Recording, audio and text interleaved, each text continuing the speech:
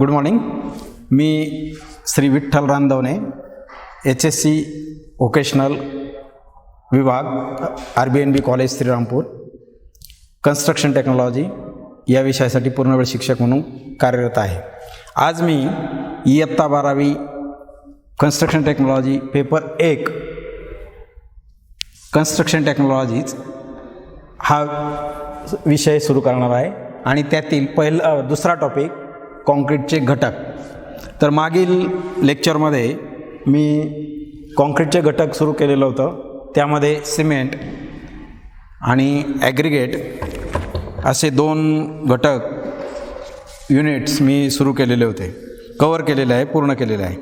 Aggregate सिमेंटची ताकद किंवा सिमेंटचे गुणधर्म त्या लेक्चरमध्ये आपण बघितलेले आहेत. त्यानंतर ॲग्रिगेट म्हणजे काय आणि ॲग्रिगेटचे प्रकार आपण बघितलेले आहेत. तर ॲग्रिगेट म्हणजे वाळू आणि खडी यांचे कण की ज्यांना आपण ॲग्रिगेट असं म्हणतो. आणि या ॲग्रिगेटचे प्रकार आहेत मापानुसार, आकारानुसार असे 2 प्रकारे ॲग्रिगेटचं प्रकार पडलेले आहेत. ते आपण मागच्या लेक्चरला बघितलेले आहे. मापानुसार जे प्रकार आहेत ते फाईन ॲग्रिगेट आणि कोर्स ॲग्रिगेट्स. फाईन ॲग्रिगेट्स म्हणजे 4.75 mm चाळणीमधून चाळले असता शिल्लक राहणारे कण, चाळणीतून चाळून खाली जाणारे कण म्हणजे फाईन ॲग्रिगेट. आणि कोर्स ॲग्रिगेटमध्ये 4.75 mm चाळणीच्या वर शिल्लक राहणारे कण की त्यांना आपण कोर्स ॲग्रिगेट म्हणजे खडी असं म्हणतो. त्यानंतर आकारानुसार ॲग्रिगेटचे वर्गीकरण आपण बघितलेलं आहे.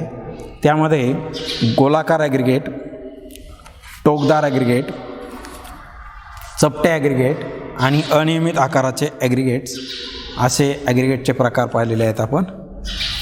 आणि त्या अजून एक प्रकार जो आहे की कोर्स ॲग्रिगेट म्हणून जो प्रकार आहे त्यामध्ये आपणाला 3-4 प्रकारे त्याचं वर्गीकरण करता येईल. एक खडी, दगडगोटे आणि विटांचे तुकडे असं हे 3 प्रकारे कोर्स ॲग्रिगेटचं पण वर्गीकरण हे केलेलं आहे. आज आपण ॲग्रिगेटचे गुणधर्म बघणार आहोत. तर साधारणपणे ॲग्रिगेट म्हणजे कॉन्क्रीट किंवा बांधकामासाठी लागणारा जो मसाला आहे की ज्याला आपण मॉर्टर म्हणतो, यासाठी सिमेंटबरोबर वापरावयाचे जे घटक आहेत पाण्याव्यतिरिक्त त्यांना आपण ॲग्रिगेट असं म्हणतो. तर कॉन्क्रीट किंवा मॉर्टरचे गुणधर्म व कामगिरी ही मोठ्या प्रमाणावर ॲग्रिगेटच्या वैशिष्ट्यांवर आणि गुणधर्मांवर अवलंबून आहे.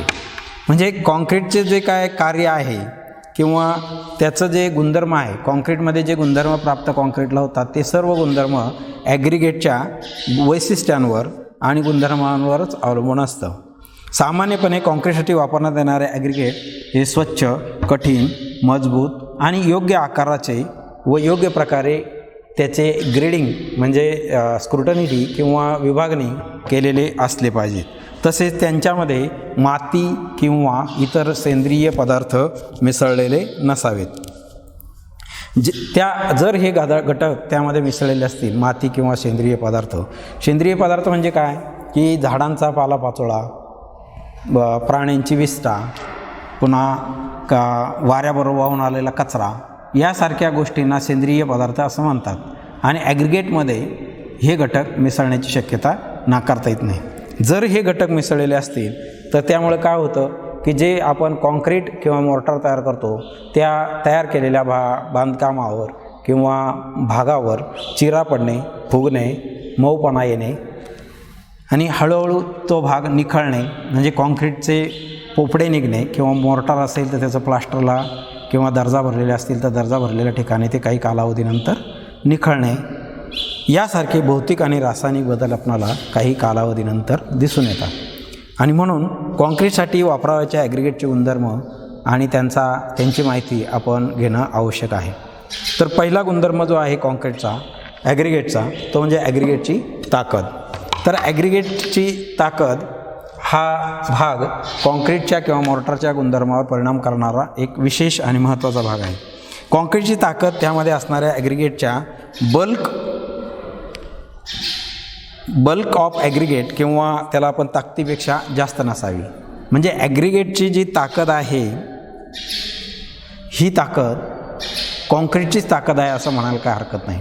फक्त काय होतं की ॲग्रिगेटचे जे कण आहेत त्या कणांना एकत्र बांधून ठेवण्याचं काम पाणी आणि सिमेंट यांचं द्रावण करत असतं आणि त्याच्याबरोबर ॲग्रिगेटची जी रासायनिक अभिक्रिया होते, क्रिया होते, संयोग होतो, जलसंयोग होतो, त्यामुळे ॲग्रिगेटचे घटक एकसंध होऊन एक दगड किंवा अनेक बांधकामाचे जे घटक आहेत त्यांना एकत्र जोडण्याचं काम त्यामुळे घडतं. म्हणजे ॲग्रिगेटच्या ताकदीवर कॉन्क्रीटची ताकद ही अवलंबून असते. ॲग्रिगेटची क्रसिंग व्हॅल्यू म्हणजे चुरा होण्याची जी व्हॅल्यू आहे किंवा व्हॅल्यू म्हणू आपण त्याला, ती ॲग्रिगेटची इम्पॅक्ट व्हॅल्यू ही 10% फायनेस व्हॅल्यू यापैकी क्रसिंग म्हणजे ॲग्रिगेटच्या 3 टेस्ट असतात, क्रसिंग व्हॅल्यू, ॲग्रिगेटची इम्पॅक्ट व्हॅल्यू आणि ॲग्रिगेटची फायनेस व्हॅल्यू. तर यापैकी क्रसिंग व्हॅल्यू टेस्ट ही जास्त लोकप्रिय आहे, कारण ॲग्रिगेटचा जो टणकपणा आहे तो त्याच्या क्रसिंग व्हॅल्यूवरच अवलंबून असतो. क्रसिंग व्हॅल्यू जर कमी असेल तर ॲग्रिगेट ठिसूळ असतील आणि क्रसिंग व्हॅल्यू ही जर जास्त असेल तर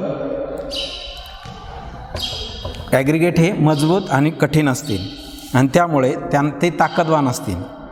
तर साधारणपणे 10% फाईन व्हॅल्यू टेस्टमध्ये 12 mm चाळणीतून खाली पडणारे व 10 mm चाळणीवर शिल्लक राहणारे ॲग्रिगेट हे चाचणीसाठी घेतात. म्हणजे 12 mm चाळणीतून खाली पडणारे आणि 10 mm चाळणीवर शिल्लक राहणारे जे ॲग्रिगेट आहेत ते ॲग्रिगेटच्या फाईननेस व्हॅल्यू टेस्टकरिता घेतले जातात. त्यापैकी 10% ॲग्रिगेट फाईन ॲग्रिगेट होण्यासाठी आवश्यक वजन त्यांचं काढलं जातं. ही चाचणी जास्त विश्वासार्ह आहे. IS म्हणजे भारतीय मानकानुसार झीज असणाऱ्या पृष्ठभागासाठी शिवाय अन्य ठिकाणी वापरायच्या कॉन्क्रीटमधील ॲग्रिगेटची क्रसिंग व्हॅल्यू 45%पेक्षा जास्त नसावी. म्हणजे झीज नसणाऱ्या पृष्ठभागासाठी जर कॉन्क्रीट वापरायचं असेल तर त्या ॲग्रिगेटची क्रसिंग व्हॅल्यू ही 45%पेक्षा जास्त नसावी. परंतु झीज असणाऱ्या पृष्ठभागासाठी जर ॲग्रिगेट वापरायचे असतील तर अशा ॲग्रिगेटची क्रसिंग व्हॅल्यू ही 30%पेक्षा जास्त नसावी. 10% फाईन टेस्टनुसार झीज असणाऱ्या पृष्ठभागासाठी म्हणजे 10% जर फाईननेस असेल वाळूमध्ये किंवा ॲग्रिगेटमध्ये तर झीज असणाऱ्या पृष्ठभागासाठी वापरण्यात येणाऱ्या कॉन्क्रीटमधील ॲग्रिगेटची कमीत कमी व्हॅल्यू 10 टन व जास्तीत जास्त व झीज नसणाऱ्या पृष्ठभागासाठी वापरण्यात येणाऱ्या कॉन्क्रीटमधील ॲग्रिगेटची कमीत कमी व्हॅल्यू ही 5 टन इतकी असावी. जेव्हा ॲग्रिगेटची मोठ्या प्रमाणावर झीज होणार असेल म्हणजे जेव्हा ॲग्रिगेट वापरून एखादा कॉन्क्रीट आपण तयार करू आणि तिथं मोठ्या प्रमाणावर झीज होणार असेल तेव्हा टणकपणा व कठीणपणा हे ॲग्रिगेटचे अन्य संबंधित मेकॅनिकल गुणधर्म पाहिले जातात. आता तुम्हाला झीज असणारी झीज नसणारी मी अनेक वेळा म्हटलं, तर याचा अर्थ असा की आपण ते ॲग्रिगेट वापरून जे कॉन्क्रीट बनवणार आहोत ते कॉन्क्रीट ज्या ठिकाणी वापरणार आहोत तिथे झीज जास्त होणार आहे का, म्हणजे 30%पेक्षा जास्त आणि 45पेक्षा कमी असे हे जे मी नॉर्म्स दिलेले आहेत यापेक्षा इतकी झीज होणार आहे का याचा विचार करून आपण ते ॲग्रिगेट तिथं वापरावेत. म्हणजे एखाद्या ठिकाणी आपण धरण आहे आणि धरणाच्या विहीरमधून पाणी बाहेर पडतं, ते पाणी बाहेर पडताना जिथं पाणी पडणार आहे तिथं खडक एकतर खडक असतो, परंतु तो खडक झीज होऊन झिजून कमी होते ती जागा. तर अशा ठिकाणी आपण पुन्हा आर्टिफिशियली किंवा कृत्रिमरित्या त्या ठिकाणी कॉन्क्रीटचा थर देतो, म्हणजे तिथं झीज होऊ नये हे अपेक्षित असतं. तर अशा ठिकाणी ते 30%पेक्षा जास्त झीज न होणारे ॲग्रिगेट जे आहेत तसे ॲग्रिगेट वापरून जर कॉन्क्रीट केलं तर ते काम तिथं आपल्याला त्याची जी गरज आहे ती पूर्णपणे होऊ शकते. तर अशा पद्धतीने ॲग्रिगेटची ताकद ही कॉन्क्रीट कसं पाहिजे, आपल्याला किती झीज होणारं कॉन्क्रीट पाहिजे किंवा झीज न होणारं कॉन्क्रीट पाहिजे यासाठी कॉन्क्रीट ॲग्रिगेटची झीज किंवा ताकद हा गुणधर्म विचारात घ्यावा लागतो. दुसरा गुणधर्म जो आहे तो म्हणजे कठीणपणा, ॲग्रिगेटचा कठीणपणा. तर ॲग्रिगेट कठीण असणं आवश्यक असतं. तर झीज होण्यास विरोध करण्याच्या ॲग्रिगेटच्या प्रवृत्तीस ॲग्रिगेटचा कठीणपणा असे म्हणतात. म्हणजे ॲग्रिगेटचा झीज होण्यासाठी विरोध करण्याची जी प्रवृत्ती आहे त्या प्रवृत्तीला ॲग्रिगेटचा कठीणपणा असं म्हणतात. तर भारतीय मानक 2386 पार्ट 4 1963मध्ये वर्णन केल्याप्रमाणे लॉस एंजिल्स मशीन वापरून ॲग्रिगेट ॲव्हरेजन व्हॅल्यू काढून हा कठीणपणा मोजता येतो. म्हणजे लॉस एंजिल्स मशीन जे आहे त्या मशीननं ॲग्रिगेटची झीज किती होते, कशी होते हे आपणाला पाहता येतं. म्हणजे ॲग्रिगेटची क्रसिंग व्हॅल्यू काढण्यासाठी लॉस एंजिल्स मशीन हे वापरतात आणि त्यासाठी भारतीय मानकाने एक क्रमांक दिलेला आहे. त्याचा क्रमांक आहे 2386 पार्ट 4 आणि 1963. या मानकानुसार ॲग्रिगेटची झीज ही किती कशी होते आणि किती आहे आणि किती झीज होणारं ॲग्रिगेट हे चांगल्या झीज न होणाऱ्या कॉन्क्रीटसाठी आवश्यक आहे ते फाइंड आउट केलेलं आहे, रिसर्च केलेला आहे. ॲग्रिगेट ॲव्हरेजन व्हॅल्यू झीज असणाऱ्या पृष्ठभागासाठी 30% जास्त नसावी व झीज नसणाऱ्या पृष्ठभागासाठी 50% जास्त नसावी. म्हणजे ॲग्रिगेट आपल्याला ॲग्रिगेट कुठून मिळतात तर माझ्या माहितीप्रमाणे किंवा आपण जे बघतो ते ॲग्रिगेट आपल्याला खडकापासून मिळतात, दगडापासून मिळतात. काही आपल्याला नैसर्गिकरित्या मिळतात. दगडगोटे, वाळू हे नैसर्गिकरित्या मिळणारे ॲग्रिगेटचे सोर्सेस आहेत. कृत्रिमरित्या मिळणारे जे ॲग्रिगेट्स आहेत ते आपण स्टोन क्रशरमधून आपण तयार करून उपलब्ध करत असतो. तर जो दगड आपण ॲग्रिगेट तयार करण्यासाठी वापरतो त्या दगडाची क्रसिंग व्हॅल्यू काय आहे त्यानुसार आपणाला ॲग्रिगेटची ॲव्हरेजन व्हॅल्यू ही मिळत असते. त्यासाठी लॉस एंजिल्स मशीन वापरलं जातं. तर सर्वसाधारणपणे झीज असणाऱ्या पृष्ठभागासाठी जे ॲग्रिगेट वापरतो आपण त्याची क्रसिंग व्हॅल्यू ही किती असावी, 30%पेक्षा जास्त नसावी आणि झीज नसणाऱ्या पृष्ठभागासाठी 50%पेक्षा जास्त झीज होणारे ॲग्रिगेट नसावेत. म्हणजे झीज होणारे किंवा झीज होणारे पृष्ठभाग कोणते तर विमानाची धावपट्टी. विमान एअरपोर्ट जे असतं त्या एअरपोर्टवर विमान उड्डाण करतं किंवा लँडिंग होतं तर ती धावपट्टी आपणाला माहीत असेल. आता आपल्या शिर्डीजवळ एक विमानतळ झालेला आहे, तिथे धावपट्टी आहे. तुम्ही कधी त्या परिसरात गेला तर बघू शकता. तर त्या धावपट्टीवर विमान वेगाने उतरतं आणि उतरल्यानंतर ते धावतं तिथून. तर ज्या वेळेला ते विमान जमिनीवर उतरतं त्यावेळी ती जमीन तिथे असणारी जी जमीन आहे किंवा रोडवे केलेला आहे त्यासाठी धावपट्टी केलेली आहे ती कॉन्क्रीटपासून बनवलेली असते. आणि जर त्या कॉन्क्रीटमध्ये वापरलेले ॲग्रिगेट्स हे जर ठिसूळ असतील किंवा 50%पेक्षा जास्त झीज होणारे ॲग्रिगेट असतील तर ते ॲग्रिगेट त्या विमानाच्या लँडिंग आणि उड्डाणाच्या वेळेला त्याची झीज होईल आणि त्या ठिकाणी ते कोलॅप्स होऊ शकतं किंवा रस्ता खचू शकतो, ती धावपट्टी खचू शकते. आणि म्हणून अशा ठिकाणी झीज होणारे पृष्ठभाग आहेत. म्हणून अशा धावपट्टीच्या कामाला किंवा रस्त्यांच्या कामाला किंवा झीज होणाऱ्या ठिकाणी ॲग्रिगेट जे वापरायचे त्यांची झीज होण्याची जी कपॅसिटी आहे ॲग्रिगेटची ती 30%पेक्षा जास्त नसावी आणि हे टेस्टिंग करून ॲग्रिगेट त्या ठिकाणी वापरलेले असतात. यासाठी लॅब टेस्ट ही ते काम सुरू करण्यापूर्वी केलेलं असतं आणि म्हणून त्या ठिकाणी त्या आपणाला अशा प्रकारचे दोष जाणवत नाही आणि खात्रीशीरपणे आपण त्या ठिकाणी विमानांचं लँडिंग आणि उड्डाण हे होऊ शकतं. तर अशा ह्या गोष्टी आपणाला ज्या आहेत ह्या विचारात घ्याव्या लागतात. म्हणजे ॲग्रिगेट म्हणजे वाळू आणि खडी हा बारीकसा कण आहे, परंतु त्याचे जे परिणाम आहे ते भविष्यात किंवा ज्या ठिकाणी आपण त्याचा वापर करू त्या ठिकाणी त्याचे परिणाम हे फार प्रभावी असतात किंवा किमती किंवा मौल्यवान असतात किंवा त्याचा विचार अगोदर होणं गरजेचं आहे, नंतर करण्यात काहीच अर्थ नाही. तर अशा पद्धतीने ॲग्रिगेटची ताकद आणि कठीणपणा हे दोन गुणधर्म आपण बघितले. तिसरा जो गुणधर्म आहे तो म्हणजे ॲग्रिगेटचा टणकपणा. तर जवळजवळ शब्दांचे आपल्याला माहीत असलेले अर्थ हे जवळजवळ सारखे आहेत, ताकद, कठीणपणा, टणकपणा, परंतु त्याचे फरक आहे त्यामध्ये. तर टणकपणा म्हणजे हार्डनेस, टफनेस.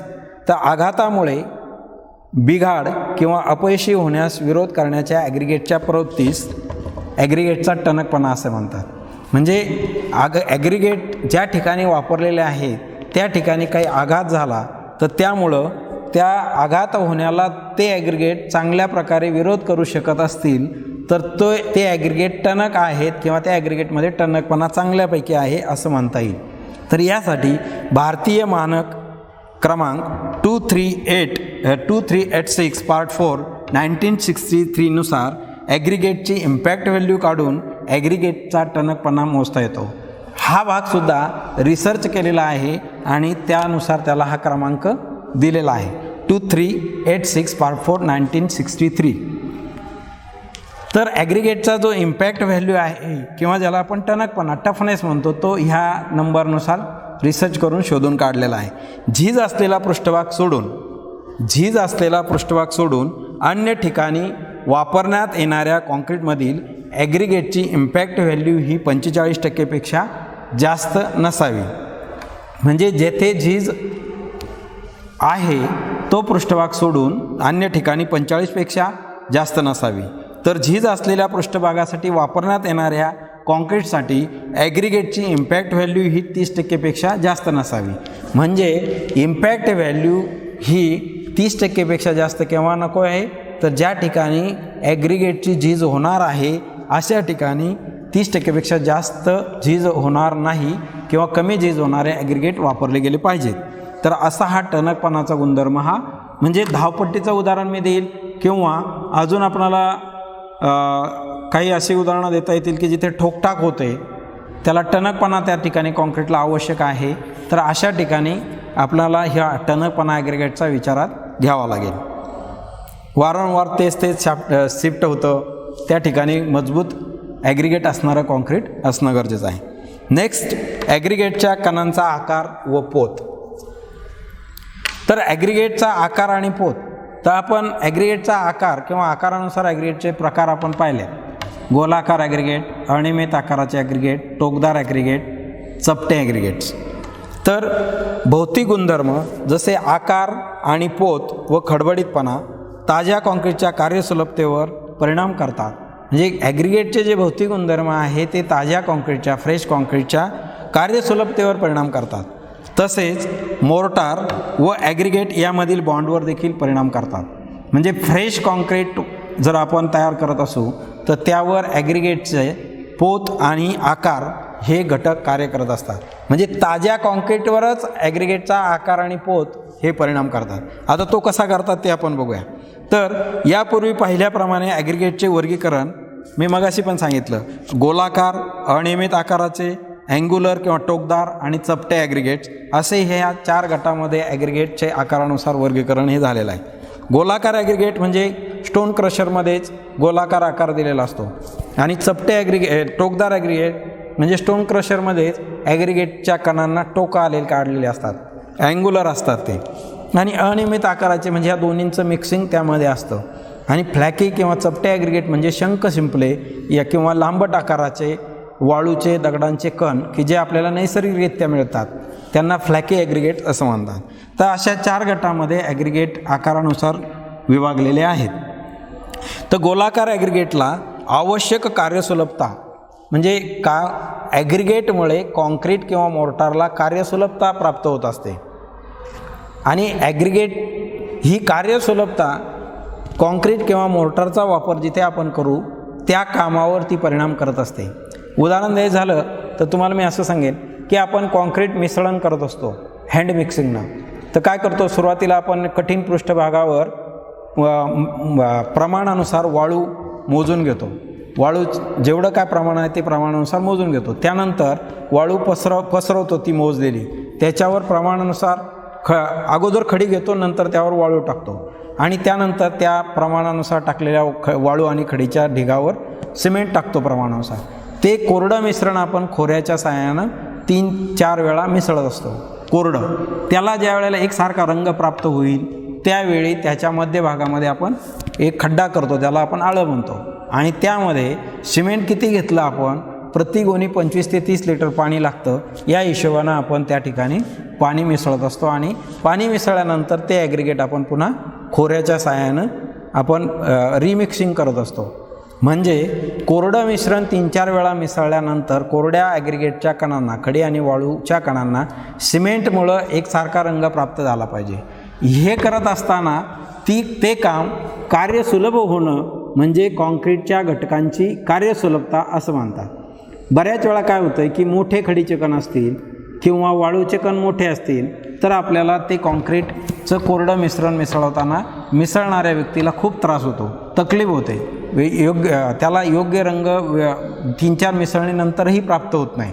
मग अशा वेळी अशा कॉन्क्रीट घटकांना, ॲग्रिगेटच्या घटकांना कार्यसुलभ नसणारे घटक असं म्हणतो आपण, नॉट वर्केबल पार्टिकल्स असं आपण म्हणू शकतो. आणि हेच आपणाला त्यामध्ये पाणी मिसळल्यानंतरसुद्धा तोच त्रास आपणाला जाणवणार आहे. आणि म्हणून वर्केबल कॉन्क्रीट होण्यासाठी ॲग्रिगेटच्या कणांचा आकार, पोत ही बाब महत्त्वाची आहे. त्याचबरोबर पाणी टाकून त्या कॉन्क्रीटला एकसारखा चिकटपणा प्राप्त होणं, आणि तो चिकटपणा जर प्राप्त झाला तर पर्यायी आपणाला तयार होणारं जे कॉन्क्रीट आहे त्यापासून आपणाला पाहिजे ती मजबूती किंवा ताकद ही मिळणार असते. आणि म्हणून गोलाकार ॲग्रिगेटला आवश्यक कार्यसुलभता मिळवण्यासाठी पाणी सिमेंट पेस्ट कमी लागते. म्हणजे पाणी सिमेंट गुणोत्तर हे कमी लागतं. म्हणजे गोलाकार ॲग्रिगेट आपण घेतले आणि जेवढं सिमेंट आपण टोकदार ॲग्रिगेटला घेणार आणि जेवढं पाणी आपण टोकदार ॲग्रिगेट त्याच मापात घेऊन केलेलं असेल त्यापेक्षा गोलाकार ॲग्रिगेटला पाणी आणि सिमेंट हे कमी लागतं. काय झाला फरक? फक्त ॲग्रिगेटचा आकार बदलला. पर्यायानं आपलं सिमेंट पण कमी लागलं, पाणी पण कमी लागलं, खर्चात बचत झाली. म्हणजे टोकदार ॲग्रिगेट ऐवजी गोलाकार ॲग्रिगेटमुळं आपल्याला हा फायदा झाला. तर साधारणपणे किती कमी पाणी लागतं? तर प्रयोगांती ते 5 ते 10% इतकं कमी लागतं गोलाकार ॲग्रिगेटसाठी.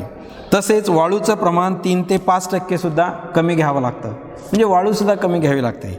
दुसऱ्या बाजूला क्रस्ड ॲग्रिगेट वापरल्यास मजबूत ॲग्रिगेट मोर्टार बॉन्डमुळं दाब सहन करण्याची ताकद 10 ते 20% मिळते. म्हणजे जर आता गोलाकार ॲग्रिगेटऐवजी आपण टोकदार ॲग्रिगेट वापरले तर त्याची आपल्याला 10 ते 20% ताकद जास्त मिळते. म्हणजे गोलाकार ॲग्रिगेटमुळं 10 ते 20% ताकद कमी होते, परंतु सिमेंट आणि पाणी आणि वाळूच्या मध्ये बचत होते. पाणी सिमेंट गुणोत्तर 0.4पेक्षा कमी असल्यास ही वाढ 38% असते. म्हणजे कॉन्क्रीटमध्ये पाणी सिमेंट गुणोत्तर आपण जेवढं कमीत कमी वापरू तेवढी कॉन्क्रीटला ताकद ही जास्तीत जास्त मिळत असते. आणि म्हणून ॲग्रिगेटच्या कणांचा आकार आणि त्यांचा पोत याच्यावर ॲग्रिगेटची कॉन्क्रीटची ताकद ही अवलंबून असते. ॲग्रिगेटचा गुळगुळीतपणा अथवा खडबडीतपणाचे मोजमाप म्हणजे पृष्ठभागाचे पोत होय. म्हणजे ॲग्रिगेटचा जो कण आहे त्यांचे ते कण जर खडबडीत असतील किंवा गुळगुळीत असतील तर त्याला आपण त्यांचा पोत म्हणतो. आता गुळगुळीत ॲग्रिगेट असतील तर पाणी सिमेंट गुणोत्तर कमी होईल, खडबडीत ॲग्रिगेट असतील तर पाणी जादा लागेल, सिमेंट पण जादा लागेल. साधा सरळ हिशोब आहे. ॲग्रिगेटचा पृष्ठभागाचा पोत डोळ्यांनी सुद्धा तपासता येतो. पृष्ठभागाचे वर्गीकरण आपण म्हणजे ॲग्रिगेटच्या पृष्ठभागाचे वर्गीकरण आपण गुळगुळीत ॲग्रिगेट, कणीदार ॲग्रिगेट, खडबडीत ॲग्रिगेट आणि मधमाशांच्या पोळ्यासारखा पृष्ठभाग असणारे ॲग्रिगेट अशा 4 गटामध्ये करत असतो. ॲग्रिगेट व सिमेंट पेस्टमधील बॉन्डची ताकद पृष्ठभागाच्या पोतावर अवलंबून असते. म्हणजे ॲग्रिगेटची जी ताकद आहे म्हणजे बॉन्डिंग होण्याची ताकद जी आहे मोर्टारबरोबर किंवा कॉन्क्रीटबरोबर ती त्याच्या पृष्ठभागाच्या पोतावर अवलंबून असते. ॲग्रिगेटच्या पृष्ठभागाचा खडबडीतपणा व पृष्ठभागाची पाणी झिरपू देण्याची क्षमता यावर ॲग्रिगेटमधील बॉन्डिंग हे अवलंबून असतं. खडबडीत व पाणी झिरपू देणारे पृष्ठभाग असणारे ॲग्रिगेट गुळगुळीत पृष्ठभाग असणाऱ्या ॲग्रिगेटपेक्षा ॲग्रिगेट सिमेंट बॉन्डिंग हे 75% वाढवितात. म्हणजे खडबडीत पृष्ठभाग असणारे ॲग्रिगेट असतील तर त्याच्यामुळे बॉन्डिंग हे वाढतं, 75%पेक्षा जास्त वाढतं, ज्यामुळे कॉन्क्रीटची दाब सहन करण्याची ताकद आणि फ्लेक्चरल स्ट्रेंथसुद्धा 20% वाढते. पृष्ठभागामध्ये पाणी झिरपण्यामुळे सिमेंट पेस्ट ॲग्रिगेटकडून शोषून घेतली जाते व त्यांच्यामध्ये चांगला बंध निर्माण होतो. काही ॲग्रिगेट जरी गुळगुळी दिसत असले तरी ते खडबडीत पृष्ठभाग असलेल्या ॲग्रिगेटपेक्षा मजबूत बॉन्ड निर्माण करतात. हे यामुळे शक्य झालेलं आहे. म्हणजे ॲग्रिगेटच्या पृष्ठभाग हा खडबडीत जर असेल तर ॲग्रिगेटचे कण आणि पाणी सिमेंटची पेस्ट यांच्यामध्ये खूप चांगलं बॉन्डिंग होतं आणि पर्यायानं आपल्याला 20% फ्लेक्चरल स्ट्रेंथ चांगली मिळते किंवा कॉन्क्रीट किंवा मोर्टारची ताकदसुद्धा त्यामुळे वाढते. म्हणजे खडबडीत कणांमुळे सिमेंट आणि वाळूचे कण हे एकजीव होतात, त्यांच्यामध्ये चांगला बंध निर्माण होतो. फाईन ॲग्रिगेटचा आकार व पोत हे त्यामधील पोकळी नियंत्रित करतात. त्यामुळे मिश्रणासाठी पाण्याच्या आवश्यकतेवर जाणवण्या इतका परिणाम होतो. योग्य आकार, पृष्ठभागाचा पोत, योग्य ग्रेडिंगची उत्पादित वाळू किंवा दगड बारीक करून मिळवलेली वाळू, तयार केलेल्या वाळूच्या वापराने कमीत कमी पोकळी असणारे व उच्च कार्यक्षमता असणारे मिश्रण तयार करणं शक्य होतं. म्हणजे ॲग्रिगेटच्या कणांचा योग्य आकार आणि त्यांचा योग्य खडबडीतपणा यावर कॉन्क्रीटचे मिश्रण तयार करण्याची कार्यक्षमता ही अवलंबून असते. तर अशा पद्धतीने ॲग्रिगेटचा पोत आणि आकार हे मोर्टार आणि कॉन्क्रीटच्या कार्यक्षमतेवर फार परिणाम करत असतात. त्याचप्रमाणे सिमेंटची क्वांटिटी कमी करण्यासाठी सुद्धा आपल्याला ॲग्रिगेटचा आकार आणि पोत हा परिणाम करत असतो किंवा फायदेशीर ठरत असतो. आणि म्हणून ॲग्रिगेटच्या कणांचा आकार आणि पोत यावर काम करताना जास्त विशेष लक्ष देणं गरजेचं आहे. त्यानंतर 5वी टेस्ट जी आहे ती म्हणजे स्पेसिफिक ग्रॅव्हिटी. तर दिलेल्या आकारमानातील घनरूप नमुन्याचे वजन त्याच तापमानाला तेवढ्याच आकारमानाच्या पाण्याचे वजन यामधील गुणोत्तरास स्पेसिफिक ग्रॅव्हिटी असे म्हणतात.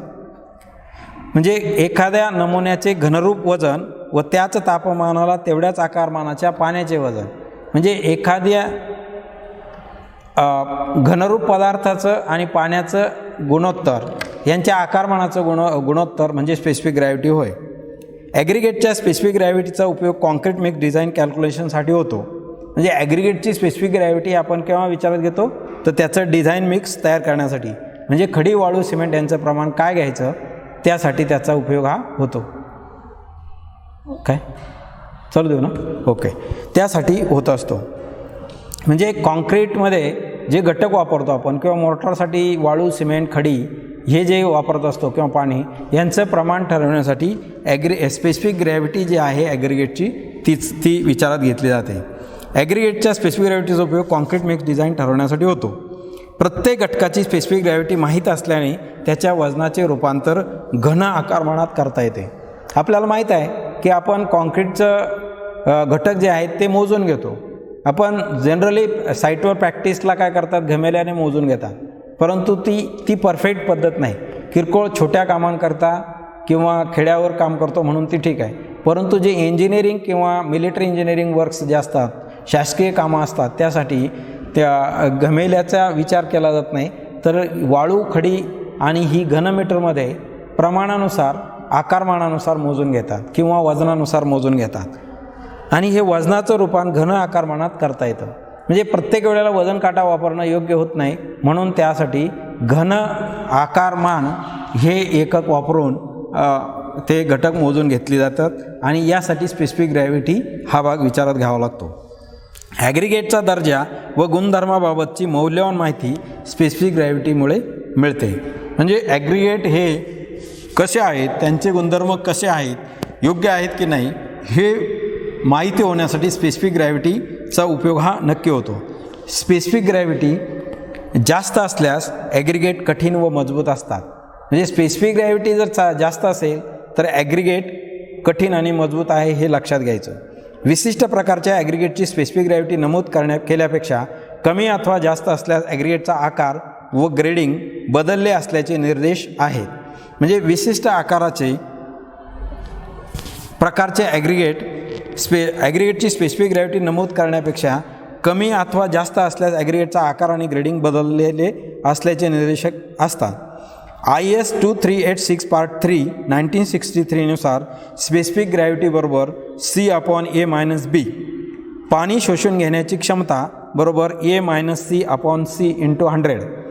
यामध्ये हे आहे पाणी किती ॲब्सॉर्ब केलं ते टक्केवारी काढण्याचं सूत्र. तर यामध्ये A म्हणजे पाण्यात भिजलेल्या ॲग्रिगेटचे पाण्यातील वजन म्हणजे ॲग्रिगेट पाण्यातून भिजवल्यानंतर त्याचं वजन आणि B म्हणजे पाण्यात भिजलेल्या व पृष्ठभाग कोरडे केलेल्या ॲग्रिगेटचे हवेतील वजन म्हणजे पाण्यातून भिजवून बाहेर काढले आणि त्यांचे पृष्ठभाग कोरडे केले त्यानंतर जे वजन मिळेल त्याला B म्हणायचं. आणि A म्हणजे पाण्यात भिजलेल्या ॲग्रिगेटचं वजन आणि C म्हणजे ओव्हनमध्ये कोरडे केलेल्या ॲग्रिगेटचे हवेतील वजन. म्हणजे हे दोन्ही ॲग्रिगेट ओव्हनमध्ये भिजवून वाळवून सुकवून कोरडे केल्यानंतर मिळणारं वजन. तरी अशा पद्धतीनं पाणी शोषून घेण्याची ॲग्रिगेटची किती क्षमता आहे टक्केवारी किती आहे ती काढण्यासाठी हे सूत्र वापरलं जातं. अशा पद्धतीनं स्पेसिफिक ग्रॅव्हिटी फाइंड आउट केली जाते. बहुतेक नैसर्गिक ॲग्रिगेटची स्पेसिफिक ग्रॅव्हिटी म्हणजे ॲग्रिगेटच्या नैसर्गिक ॲग्रिव्हिटी ही 2.5 ते 2.8च्या दरम्यान असावी असा संकेत आहे किंवा या दरम्यान असली पाहिजे. म्हणजे ॲग्रिगेटची स्पेसिफिक ग्रॅव्हिटी किती तर 2.5 to 2.8. तर आपणाला ॲग्रिगेटचं मिक्स डिझाईन ठरवण्यासाठी ॲग्रिगेटची स्पेसिफिक ग्रॅव्हिटी ही याप्रमाणे येणं आवश्यक आहे. आता यानंतर पुढचा जो गुणधर्म आहे ॲग्रिगेटचा तो म्हणजे बल्किंग ऑफ सँड. तर बल्किंग ऑफ सँड म्हणजे काय की वाळूमधील ओलसरपणा. बल्क म्हणजे ओलसरपणा. तर वाळूच्या पृष्ठभागावर काही प्रमाणात पर्यंत असलेल्या पाण्यामुळे वाळूच्या आकारमानात बदल होते. आपल्याला माहीत आहे की आपण बांधकाम साईटवर वाळू ट्रक किंवा ट्रॅक्टरनं मागून घेतो. कोरडा सीझन असेल, हिवाळा किंवा उन्हाळ्यामध्ये, तर आपल्याला बल्किंग ऑफ सँडचा काही इफेक्ट जाणवत नाही. परंतु ज्या वेळेला पावसाळा सुरू असतो त्यावेळेला बांधकामासाठी वाळू आपण काय करतो, बांधकाम साईटवर आणून स्टॉक करतो. तर ज्या वेळेला पाऊस होतो त्यावेळेला वाळू ओली होते. तर ज्या वेळेला वाळू ओली होते ती वाळू ओली झाल्यानंतर ठराविक प्रमाणात त्यामध्ये पाणी जर गेलं तर त्यामध्ये वाळूच्या आकारमानामध्ये जे आकारमान आहे त्यामध्ये वाढ होते. परंतु काही ते ठराविक प्रमाणापेक्षा जास्त जर पाणी त्या वाळूमध्ये मिसळलं गेलं तर आहे त्या आकारमानाचं म्हणजे कोरड्या वाळूचं सुद्धा आकारमान कमी होतं. याला म्हणतात बल्किंग ऑफ सँड. तर याचं कारण काय, ते वाळूच्या कणांभोवती पाण्याचे कण पसरले जातात आणि त्यामुळे वाळूच्या कणांचं आकारमानही वाढतं. परंतु हेच प्रमाण पाण्याचं जर वाढलं तर ते आकारमान कमी पण होतं. तर याला म्हणतात पाण्यामुळे वाळूच्या आकारमानात होणाऱ्या वाढीला किंवा ओलसर वाळूच्या वाढलेल्या आकारमानाला बल्किंग ऑफ सँड असं म्हणतात. वाळूमध्ये वजनाच्या म्हणजे कोरड्या वाळूच्या वजनाच्या 5 ते 6% पाणी असल्यास कोरड्या वाळूच्या आकारमानामध्ये 18 ते 38% इतकी वाढ होते.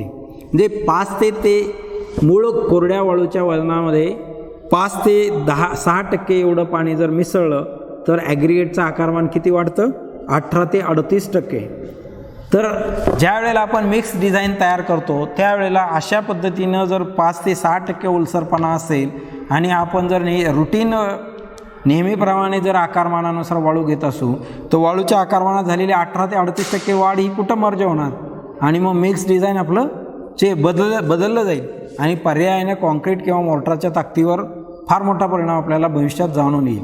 आणि म्हणून बल्किंग किती आहे, ओलसरपणा किती आहे हा माहीत करून घेणं आणि त्याप्रमाणे मिक्स डिझाईनमध्ये बदल करणं हे यामुळं शक्य होतं.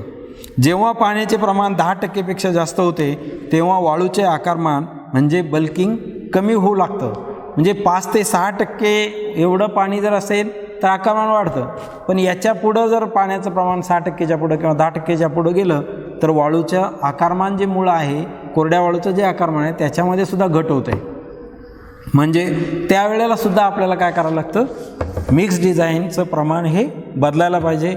अन्यथा आपणाला अपेक्षित जी स्ट्रेंथ किंवा ताकद कॉन्क्रीट किंवा मोर्टारला मिळणार आहे ती आपणाला मिळणार नाही. जेव्हा वाळू पाण्याने पूर्णपणे भरलेली असते तेव्हा वाळूचे आकारमान कोरड्या वाळूच्या आकारमाना इतके असते. म्हणजे पाण्यामधून ज्या वेळेला आपण वाळू काढतो त्यावेळेला तिच्या आकारमानात काहीही बदल होत नाही, जे आहे तेवढंच राहतं. म्हणजे या ठिकाणी 100% पाणी आहे आणि मग त्यामुळं काही फारसा बदल होत नाही मिक्स डिझाईनमध्ये. बारीक फाईन वाळूचे बल्किंग कोर्स वाळूपेक्षा जास्त असतं. म्हणजे बारीक वाळू जर असेल तर हिचं बल्किंग जे आहे ते कोर्स वाळूपेक्षा म्हणजे ठोसर वाळूपेक्षा फार जास्त असतं. जर वाळूचे मोजमाप आकारमानाने केले व बल्किंगचा विचार केला नाही तर मिक्समध्ये वाळूचे प्रमाण कमी होईल, कारण ओल्या वाळूचे आकारमान कोरड्या वाळूपेक्षा जास्त असतं. कमी वाळूमुळे कॉन्क्रीटच्या सेग्रिगेशन व हानीकॉम्बिंग म्हणजे पोकळी राहण्याची शक्यता वाढेल. कॉन्क्रीटची क्वांटिटी कमी तयार होईल व अशा परिस्थितीमध्ये वाळूचे आकारमान बल्किंगच्या टक्केवारीमध्ये वाढवणे आवश्यक आहे. म्हणजे ज्या वेळेला बल्किंग होतं आहे हे जाणवतं आहे आपल्याला त्यावेळेला वाळूची क्वांटिटी ही वाढवून घेतली तर निश्चितपणे आपलं मिक्स डिझाईन मेंटेन होईल. किती बल्किंग आहे यानुसार त्या प्रमाणात वाळू वाढवून घ्यावी लागते.